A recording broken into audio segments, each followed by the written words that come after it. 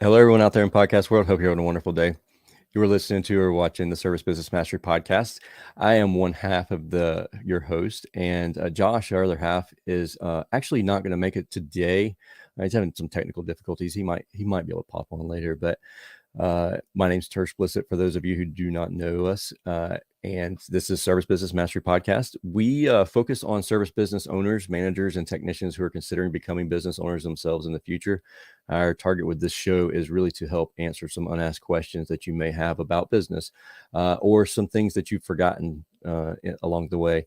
And I'm super excited to have our guest today, Randy Stanbury, on the show. And he's from the custom home building and remodeling side of things, and he's a coach there. He has 4-level coach, and he's been doing this for several years. And I love taking information from outside of our industry and really plugging it in. And for those of you who know me, know that if it's normal, I typically do the exact opposite. Normally, I have I'm wearing a 3-piece suit, but for those of you who know, I had neck surgery, and that shirt just rubs me raw. I try wearing it every now and then, but it's wearing me out. So I haven't been able to wear my normal attire for the show, but I'm super excited to have him on the show today. And Josh is definitely going to be missed because I know he has lots of questions typically too. So before we get started, I really want to say thank you to all of the people who make this show possible. You who are listening and watching this episode, without you being here and engaging and asking questions and listening to the show, we wouldn't have a show to put on. And then also, I'd like to give a huge shout out to Justin and Noah and the entire team over at Upfrog. And they have some really awesome things that are coming out. They have some new things that are coming out soon. And we've had some great success using Upfrog for retargeting our existing clients, which is amazing.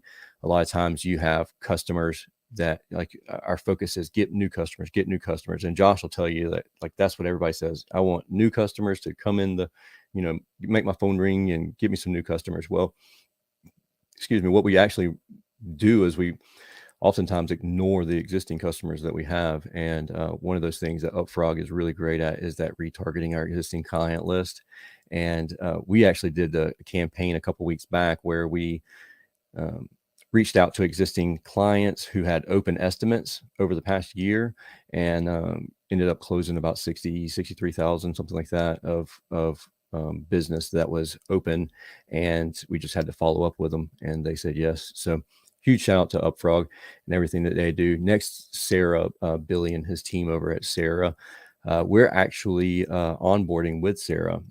We've been talking about Sera for a long time, and I was under contract, so I couldn't leave and join Sera's team. But now we have officially pulled the trigger, and I'm super excited to be able to share personal, firsthand knowledge on exactly the ins and outs of Sera. And I'm super excited to use them as a CRM, and it's great so far, and very, very easy transition for us so far. But a huge shout out to them. Emerson's a great technology, and the platform, they're really interested in training and giving back to the industry and making training at local tech schools possible. So if you have anybody out there, if you have a local tech school that's looking for additional training, or if you know that there's somebody out there that needs some additional training, Emerson is definitely, they are looking to do that. So reach out to them, or reach out to myself, and I'll get you connected with the guys and gals over at Emerson so that they can help give back to the industry as well. Last but not least, CompanyCam. Huge shout out to CompanyCam. We use CompanyCam in our business, and that's, it's a digital asset management tool where you can collect images and store them all in one place. And they do a great job, so we don't use up all the data on our cell phones and iPads, and then have an issue searching, because that's the worst thing in the world, is trying to go back and find, hey, I need the picture of this guy with the ductwork. And it's very difficult to go back through and just search for a specific job. And having if you're using your cell phone or your iPad, but using something like CompanyCam makes those searches extremely simple. But with that being said, I'm super excited. If you have any questions about this show, if you're listening to it live, don't hesitate to reach out and ask a question in the live chat. if you're listening to this after we've recorded this episode, don't hesitate to reach out to us, servicebusinessmastery.com on the website.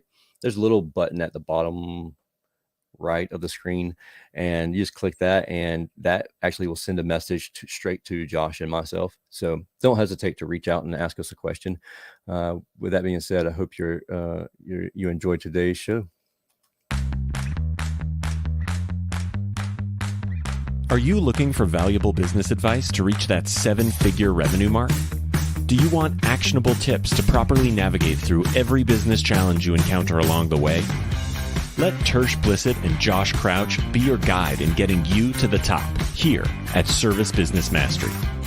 Tune in as they sit down with world-renowned authors in business, leadership, and personal growth who share valuable insights about management, marketing, pricing, human resources, and so much more. Let their nuggets of wisdom gold guide you in owning a thriving, profitable, and ever-growing business. Here are your hosts, Tersh and Josh.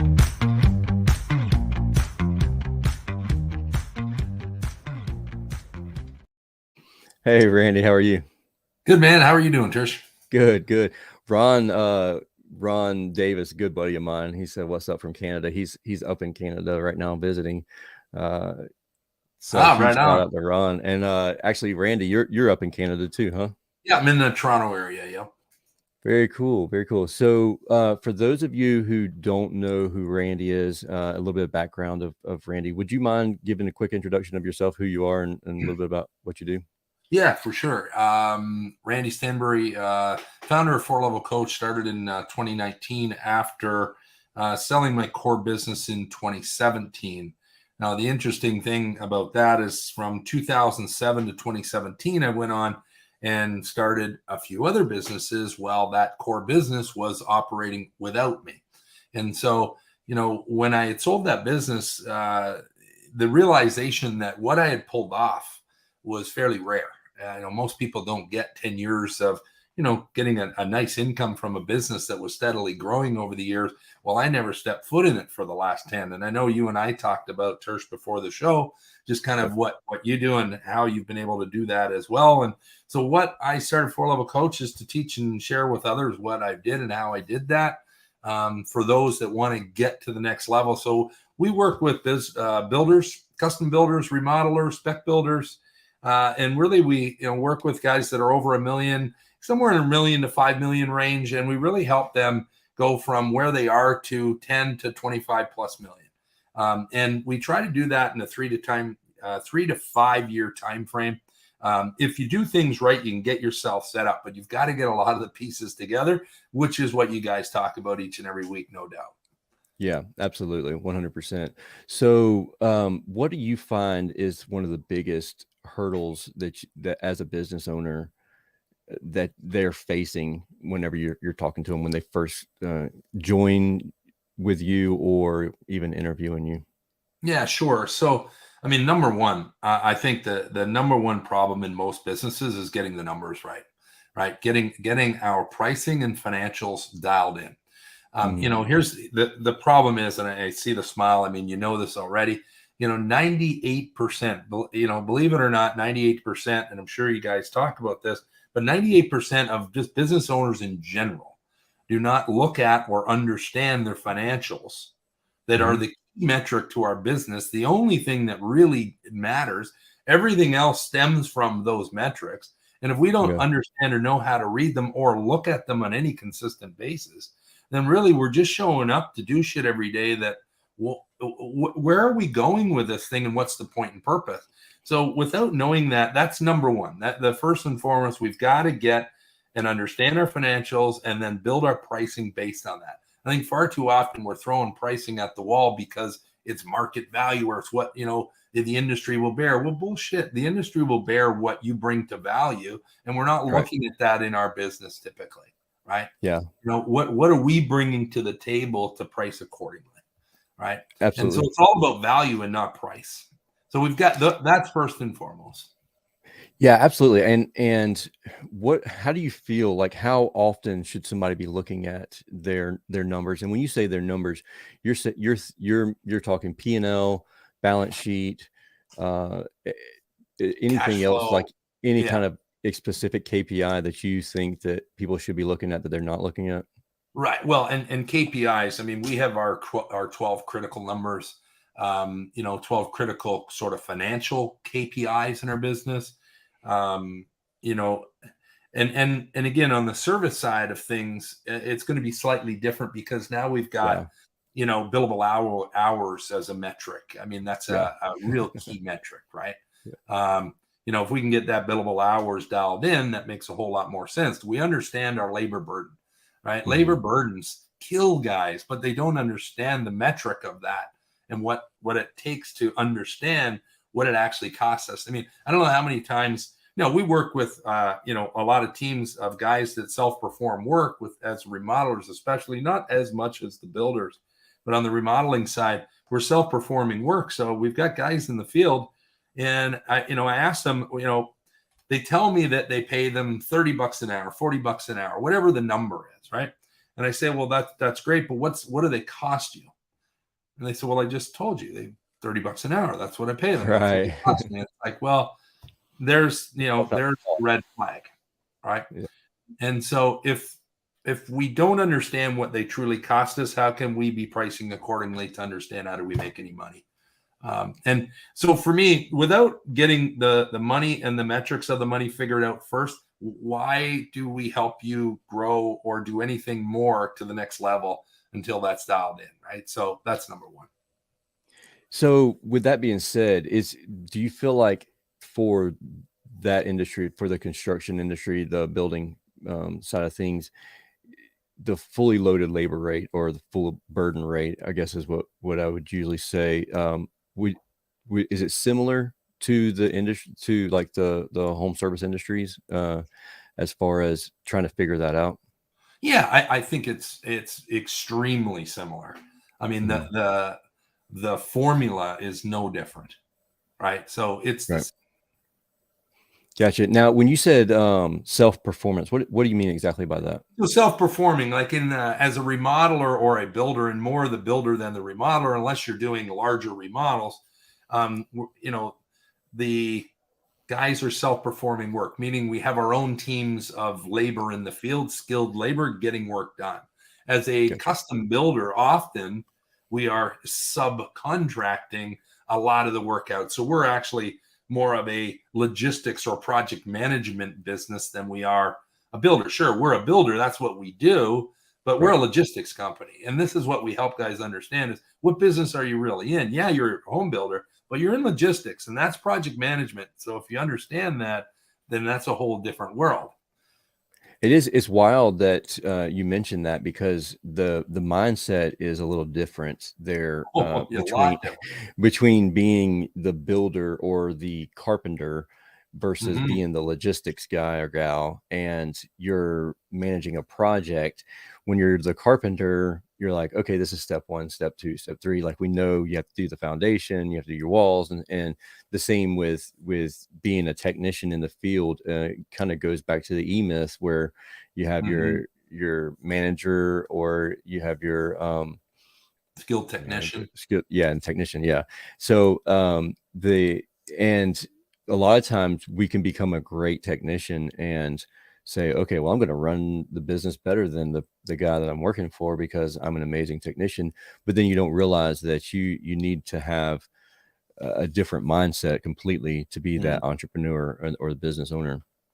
Yeah, 100%. I think, and that's where most of us start our business from, because we're the skilled technician. And being a skilled technician does not mean you're going to be a great business owner. Yeah. Now, here's the thing about this industry, and the service industry included. You got, this is the hardest working industry to me on the planet, right? Hmm. These guys do not mind putting 60 to 80 plus hours in, full out, to get work done. But the Yeah. thing is, I'd like to transition that time and how we spend our time quite a bit differently, so that we can leverage ourselves in our business, our teams, and actually do far more with it. Because when we're just balls out 60 plus hours a week, we're going to hit a ceiling, because we can't get to the next level as a skilled technician without working on the business. We all know the on and the in.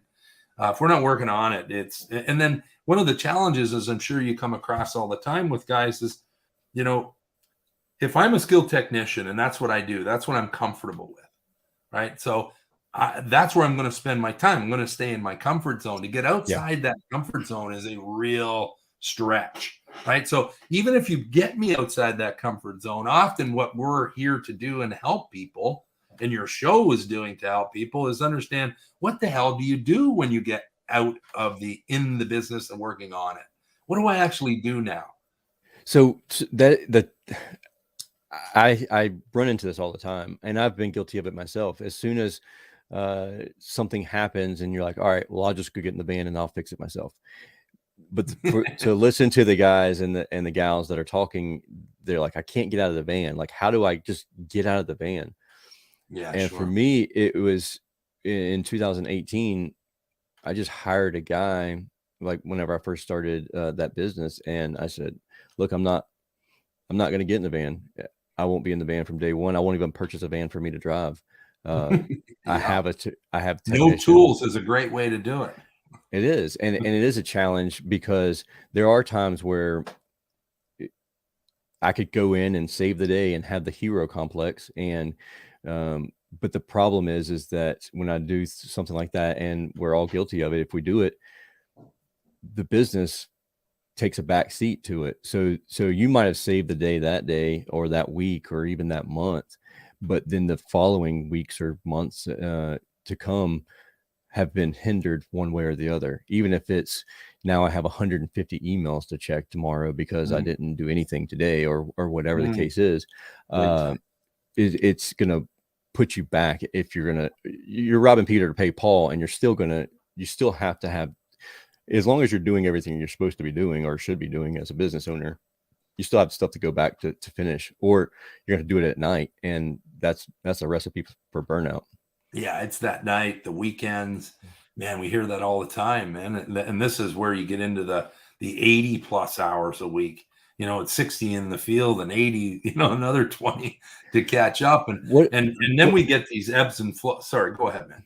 Well, no, I'm just thinking, like, what do you tell people whenever they ask you that question? Like, what do I do if I'm not in the van? Because there's times when I feel guilty. Like, here I am sitting in an office, and the guys are just killing themselves in the field. Like, should I be doing something different? I think this is the problem, and you nailed it. I was thinking it, when you were talking about the challenge of it, and one of the biggest challenges is the guilt. These guys have been working typically in the field beside their team. And there's this guilt. There's this immediate guilt. As soon as I pull out of there, I'm not going to get in the van. And as soon as you say I'm not getting in the van, there's this guilt complex that comes over us. But if we could truly shift our mindset and our perspective, that you're actually doing a disservice to the guys in the field by continuing to be with them in the field, right? Because their opportunities are going to be far less if you can't provide them growth in the business. We all want some form of growth. As human beings, we are built to grow, to be challenged. And when we aren't able to give someone else that opportunity because we're in the field, we're doing them a total disservice, but we don't see it that way, right? Right. And do you think that the technicians in the field see it that way, or is that something that you have to constantly communicate with the technicians? Because I feel like there's some abandonment feelings sometimes too. And so to me, it's all about framing, right? It's all about the understanding and sharing vision. I'm a big proponent of sharing vision. Well, one thing, first, do you not have to have a vision to be able to share it? Right. You have to know what you're going to do too. Sometimes it's like flying by a seat of pants. I can't just say I'm flying by a seat of pants, Right. Well, we have to have a vision. If we had a vision, we wouldn't be flying by the seat of our pants. Right. Exactly. Right? Because there'd be a real purpose and a direction for what we do each day. But because we don't have a vision to start with, we don't have that plan. And therefore, if the team doesn't understand what the vision is, I think there is that abandonment. So we have to, really share with them, where are we going? What are we doing? What is my purpose here? Let them know you feel guilty to pull off, but, here's the thing. If I don't pull off, I'm actually doing you a disservice to be able to not take this business to the next level. And if I can't get to the next level, I can't provide you any new opportunities. And so Right. my goal is to provide you with more opportunities. I'm not going to feel guilty about that. They won't feel abandoned, and therefore we can move forward together. Right. So I think that's a big part of it, correct? Yeah. Yeah. I agree 100%. Okay. So let's pivot a little bit now. You mentioned before that whenever you're working with clients, they're typically 1 to 5 million and you're working towards the 10 to 25 million. Mm-hmm. That's your end goal or whatnot. Whenever we're talking about vision and building our vision board or whatever, our 3 to 5 year targets, when you're Great. talking to someone, how are you deciding those numbers, especially for a newer company, like a young company Yeah. that's only been there for a couple of years? And you're like, it's easy to say, okay, I'm going to go to, um, 5 million and I'm only at, 800,000.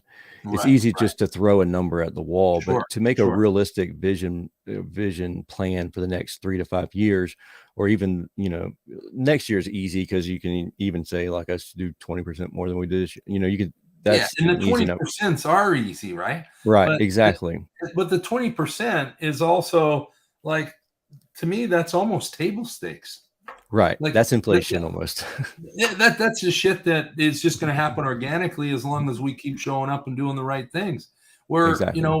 when I'm talking about vision and helping someone, because to me, here's the thing: most of us cannot stretch beyond our current set of beliefs about where we Exactly. stand, right? So we're in a place, and in that And place, most of the times it takes a different set of beliefs big to time. get to that next level. And this is what we have to put together. I mean, our first weeks with us, we are just peeling away limiting beliefs as much as possible, because if we don't do that, I can't help you. In fact, one of the things that you and I are going to talk about is just having, how we get in our own way of our Yeah. own growth. And to me, the only thing that's stopping us getting to where we want to go is right in here, our head. It's ourselves, it's our beliefs. And now, what is our beliefs based on? Our past. So everything that's happened up to date says, well, hey, how am I going to get there in 3 years? I've just spent the last 10 years not getting very far. And maybe I went from 500 to 800, and maybe I just cracked 1 million, right? But that took me 5 years. How could I possibly think I'm going to do 5 in the next 3, right? Right. But the fact is, you've done that based on the way you've been operating. Well, if you're working with us or anyone that's going to help you really get to the next level, we're stripping that whole model away and getting you doing the right thing. Spending your 60 plus hours a week doing the right things will actually make a difference. So we are all about eating the elephant. The elephant needs to be eaten a bite at a time, but the thing is, we need to take the right bites in the right order, and if we Well, don't do that, we're in trouble. oh yeah, absolutely. And you can't put the cart before the horse, or the horse before the cart, whatever the saying is, Correct. Yeah. Yeah. What do you say to guys and gals who are experiencing either like a lack of motivation or Mm. they're at that burnout stage? Like it kind of, I almost feel like that's a self-imposed roadblock as well. But But it's a great point, right? Like, these things happen because of a lack of momentum. It's being stuck. When we're stuck, we get burned out. This is the 60, 80 plus hours a week, yeah, stuck, not getting anywhere. Seems like we're on that hamster wheel. And the truth is, the hamster wheel is a great metaphor for where most of us are in our yeah. business. We're running 1 million miles an hour, not getting anywhere. We're going to burn out eventually. Mm-hmm. Right? Like, and that like, we're literally not moving. And that's the thing. If I have a hard time justifying putting a number down on paper, that's my goal in 3 years, when I'm going as hard as I can go today. So what could possibly get me there? Well, here's how Exactly. we know. And Tersh, again, you got guys on here all the time, guys, gals on here talking about success and what they've done in their world. Well, here's what I know for sure is that anyone that is listening to this can get to something extraordinary that they don't believe is possible today. And you know how I know that? Because How's that? others are doing it now. Mm-hmm. Others have done it already. It's happening every day around us. So they're just choosing to do different things than you're doing right now if you're stuck. And this Right. is what we have to unleash you. You got to break through of the shit that keeps us on that hamster wheel. How do you figure that out though? I mean, it's almost like you have to have a therapist or a psychologist or something. It's like, all right, let's Maybe talk all of about them. your childhood. Yeah. That's great. So, I mean, I mean, There whenever is a you're bit of coming that. in, well, when you're going in and you're having that conversation with someone, how do you determine their roadblocks? Because there's ego involved as being a business owner. And Sure. most of the times you go in, it's just like if you're going to like say marriage counseling, you don't want it to be your fault. You go in and you're talking and you're like, we're going to spill the tea, but we're not going to say anything about what I'm doing wrong. So Right. I feel like even, as a coach or anybody that a mentor or anything, whenever you're having a conversation with someone who's struggling, it's going to be obviously once they feel like they can trust you and lay into you a little bit, it's a little bit easier to pull information out of them. But most of the times we don't want to have the glaring, thorn pricked out of our eye. Mhm. How Yeah. do you do that? Well, I would say, I mean, we have a tool to do exactly that. And,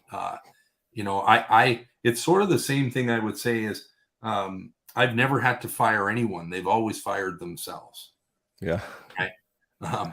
As long as I set up the groundwork in advance, they will fire themselves. I won't. Right.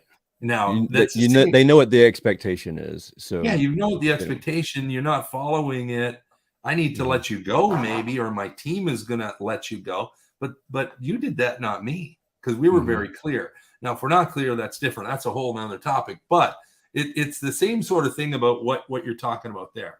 We don't want to admit maybe our faults or where we have problems. But at the end of the day, if we're a true entrepreneur, we better take responsibility for everything that goes on. And that's one of absolutely. them is us. But beyond that, we have a tool. We refer to it. It's called the Time Finder.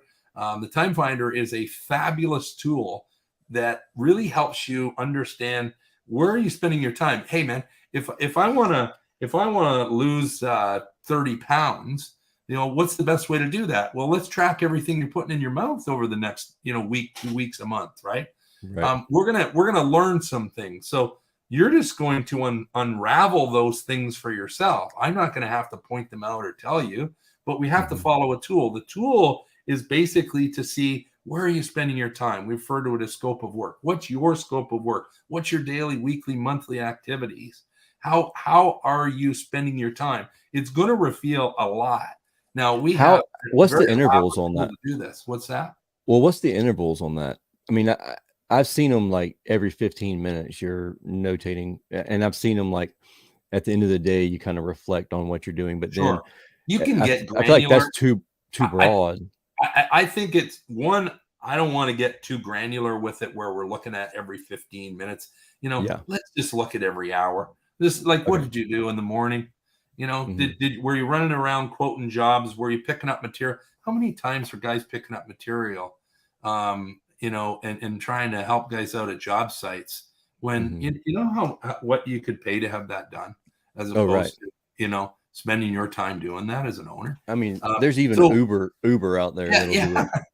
and we have here in the Toronto area anyway, Reno Run. There's businesses set up to actually help you do that, but we're not. So this tool walks you through exactly that. So let's just say we're running around. We spent 2 hours today running around on job sites, getting your team things they need or forgot. And why did they forget? Because you didn't have a system before you left to make sure they had everything they needed, right? Yep. So the trucks and vans aren't loaded with the right, supplies. How many times supplier trips for you guys, right? Supplier trips are killers, man. Oh, yeah. Right. And so again, it comes back to metrics. Let's be tracking. We worked with, HVAC companies, worked with plumbers that actually have a plumbing business myself. I have a lot of different things going on. I've worked with a lot of different people. Working with an HVAC company, we helped reduce their supplier trips literally by 60% by just tracking those trips for 2 weeks. Yeah, and the things it blow your mind how often you're getting the same thing from a supply house, and it's the same things that could be replenished every morning or whatever on your vans, and Yeah, it's just if you did a proper inventory check. if you had to, but that's called a system. Right. And if we don't have a system, then we're just going to work every day. And hey, if you want to get to the next level, you got to start doing some things differently. So this 3-year vision, 3-year, 5-year, you want to get to 5 million and really, put your balls on the line, then the bottom line is you can't keep doing what you're doing today. This is what I love about a stretch goal. A stretch goal helps us. We got to go beyond what we're doing. We can't keep showing up like we're showing up. We cannot keep doing the same thing. We have to do things differently, which forces us to change our business. Now, this 20% you mentioned, you can keep doing the same thing and eventually get to a 20% growth. Right. So would you ever say that there's something too big? Like I have a buddy of mine, Mike McAllowitz, who's a personal mentor of mine. And he has this BHAG, very big, hairy, audacious goal that he talks about a lot.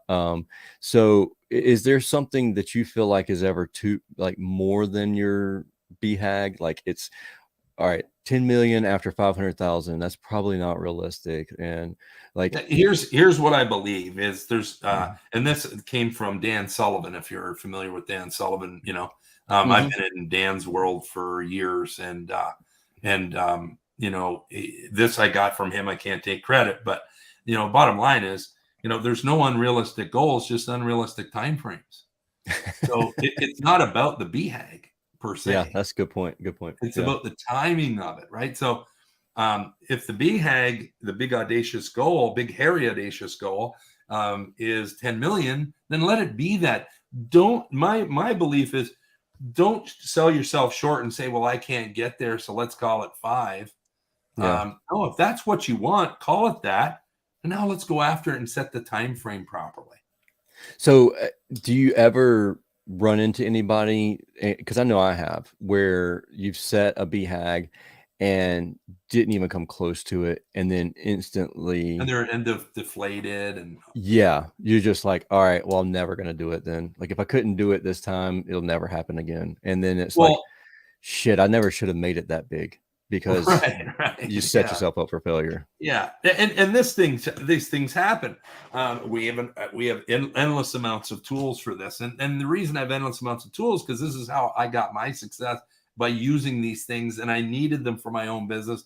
That's why I'm sharing them, with the guys I work with today. Right. So it's the execution loop. So it's this literal figure 8, right? The figure 8 is all about, like, we got to set every 90 days, we come back to our vision. And then we're talking about our 1-year goal. So you might not be hitting your target in 90 days, but we have to be reviewing, evaluating, and adjusting course. And that's the only way to success, is to constantly be reviewing, evaluating, and adjusting course. So why did I not hit target? Why did I fall so short? What happened? Let's analyze it. Let's review it. Let's evaluate, and then let's adjust course. And so the next 90 days are very different than the last, or they might not be very different, but you better be reviewing and analyzing, to me, on a weekly basis. I believe, I look at business as a sport, and it's the best sport I've ever played by far. I've played hockey, baseball, any other sport I've played for fun, but this is the best sport I've ever played by far.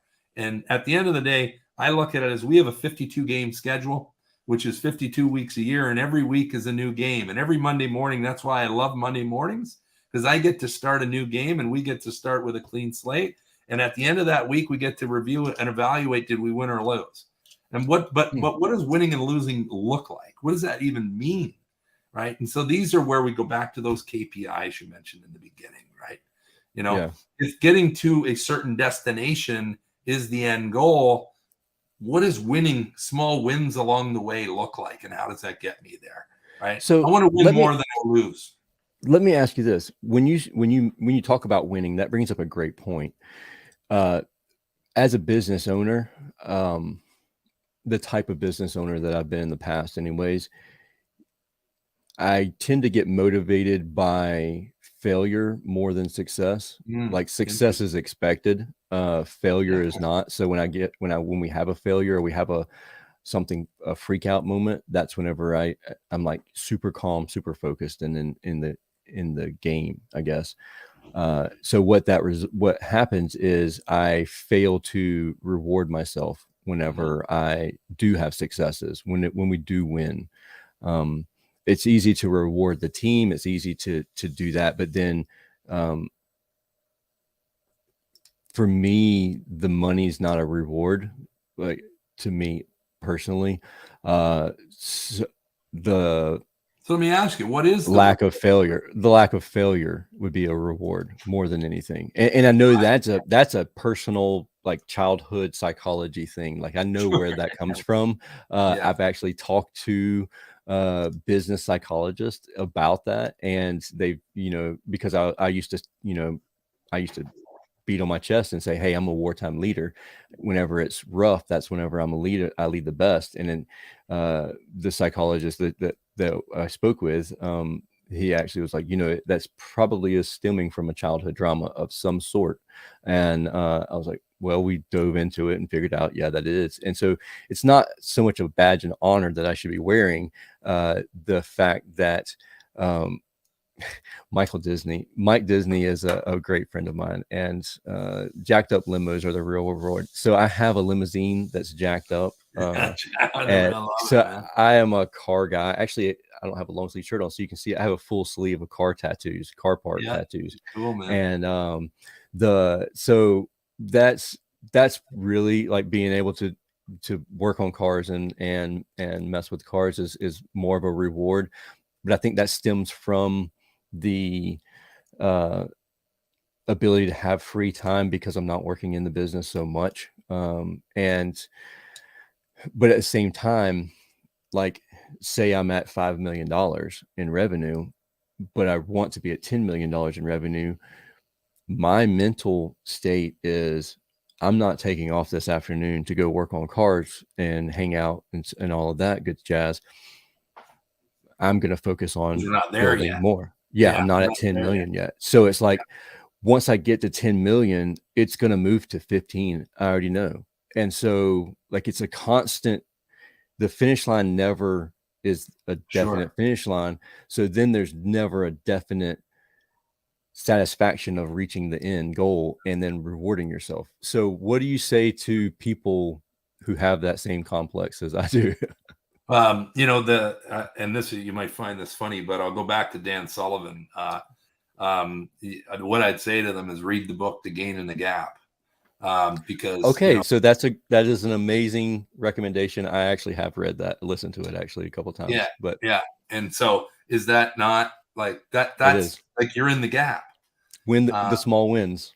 yeah, it's what we're talking about, the weekly wins. And Yeah. once you're not in the gap, and the thing is, no matter where we are, we always want to be there, not here. Yep.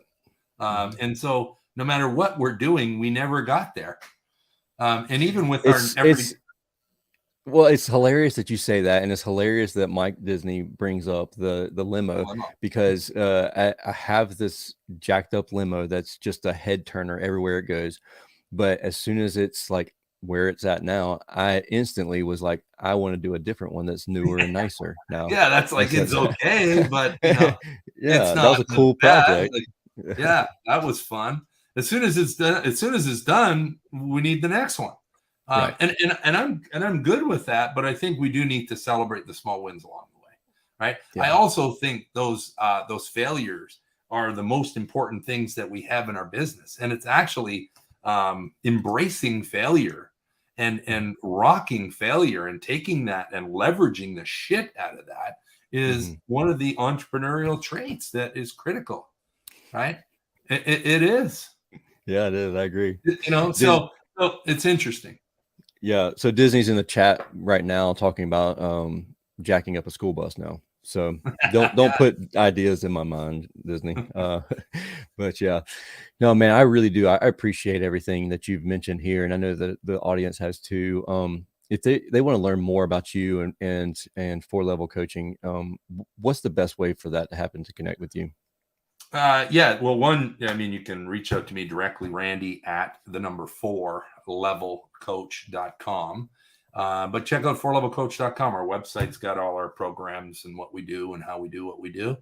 We're constantly evolving and change. What are we doing? Right.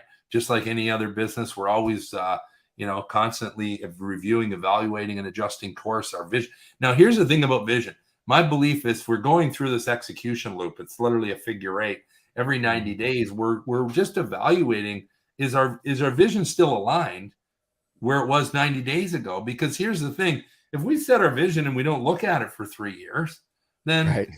and the thing is about our business, if we have momentum, if we're moving forward, if we're moving the needle, now I call them vitals. Vitals are our needle movers. If we're moving the needle, then our vision is constantly changing because we have momentum that's given us new belief about what's possible. Therefore, our vision changes, our goals change, and our next 90 days change. And as long as we know where we're going in the next 12 months, I know what I'm going to do in the next 90 days.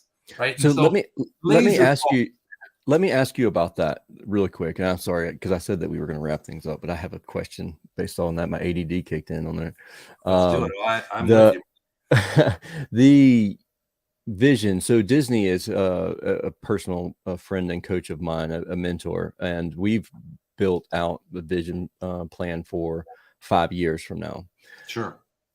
And you mentioned, staying on top of your vision, which I totally agree with. It's got to be posted places so people can read it and all of that, so that And everybody your team knows needs that. to understand it. Exactly. And I agree with that. And, we spoke beforehand that we're a remote company where we do everything remote, which makes it a little bit more challenging to have something posted, because I'm not going to post it on every person's, wall in their house. But we have to communicate that vision with everybody. Sure. How often would you update your vision? Now let me say this best. I don't want to. So here's my thought. I don't want to update it so often that it confuses everyone and no one knows what it is. And I don't want to move the goalpost for my technician or for my team. So like, for me, I know what it does to me internally when I constantly move the goalpost on myself. I don't want to do that to the team and then say, okay, we've reached our $5 million goal. That's not good enough anymore. We reached it in October instead of December. So now it's going to be $12 million instead of $5 million. Now it's the burdens on the tech. But then at the same time, I don't want to turn December into a coast month either, because we hit our goal in November. You know what I mean? So how often do you update the vision without it becoming too often of an update? Well, for me, internally, I need to be at least, we call it vision testing. I need to test every 90 days if my vision still makes sense to me. Now, Gotcha. likely you don't have massive shifts in your vision. It's not going to be stuff that, you have to share with everyone.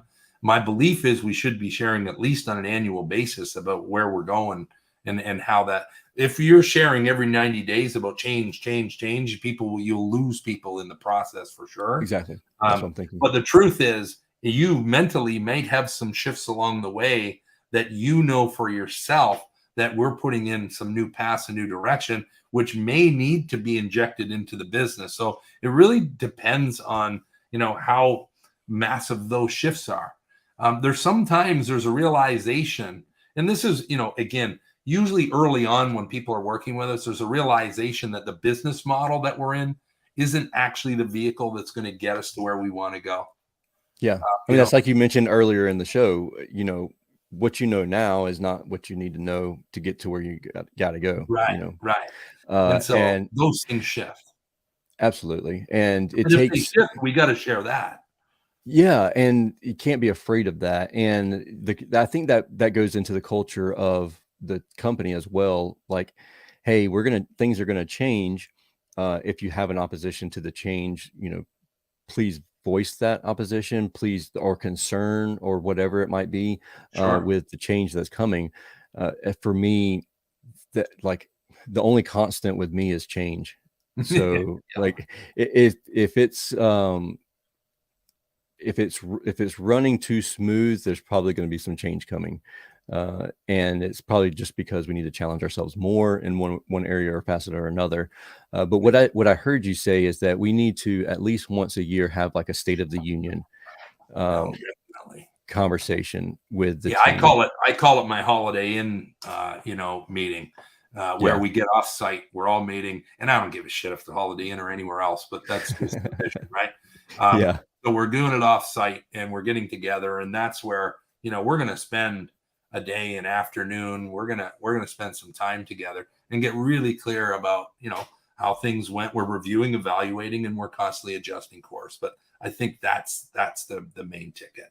And then we're yeah, doing that on a regular basis, right? Like we're right, constantly, if we're not meeting on a weekly basis with our team about, our small wins, that's the real, like we have a meeting pulse that I believe has to be injected and very specific agendas for each of those meetings along the way. Because meetings suck for the most part. But if yeah, you make them right and make them very powerful, it's yeah. how you run this bus. That's the challenge. I hate to have a meeting just for sake of having a meeting. Like No that's one wants that. the bane of my existence. You finish a meeting and everybody under their breath is like, that could have been an email. That could have, yeah. We don't I was want like, those. But no, we have to absolutely not. keep people on track, and therefore we need consistency with those. Same day, same time, regardless, no matter if you're there or not there, that thing goes. Yeah, I think that's a huge factor, because there's times where I can't be at the meeting, but it still needs to Doesn't mean it happen, doesn't or exist. else. Yeah. Exactly. Yeah. Cool, Randy. Again, I Love appreciate you it. hanging out with us, man. I really do. You on it forever, I think, brother. I agree 100%. If anybody has any questions, don't hesitate to reach out to Randy and his team. If you for some reason forget, Randy at coach The number 4 4levelcoach.com. level.com. Yeah. And reach out to me or Josh. Josh will be clueless because he wasn't here. He'll be like, Tersh, what are they talking about? And I'll be like, I don't remember. No, I'm just kidding. But don't forget, servicebusinessmastery.com. At the bottom right, we have the little button there, and it's not a chat bar like a normal website. It's actually a pretty cool feature that records your conversation and can send it over to us. But with that being said, I hope you have a wonderful and safe week. If you're not subscribed already, please subscribe and follow us for more of this weekly content. But I hope you have a wonderful and safe week until we talk again next time. We'll see you later.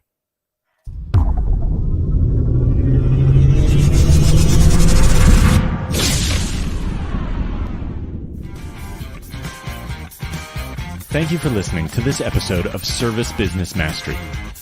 Now that you are equipped with essential business advice from this impactful conversation, you are one step closer to becoming the successful owner of your dreams. If this episode has been helpful to your business journey, don't forget to subscribe to the show, leave a rating, and share it with other owners as well. Visit servicebusinessmastery.com to learn more.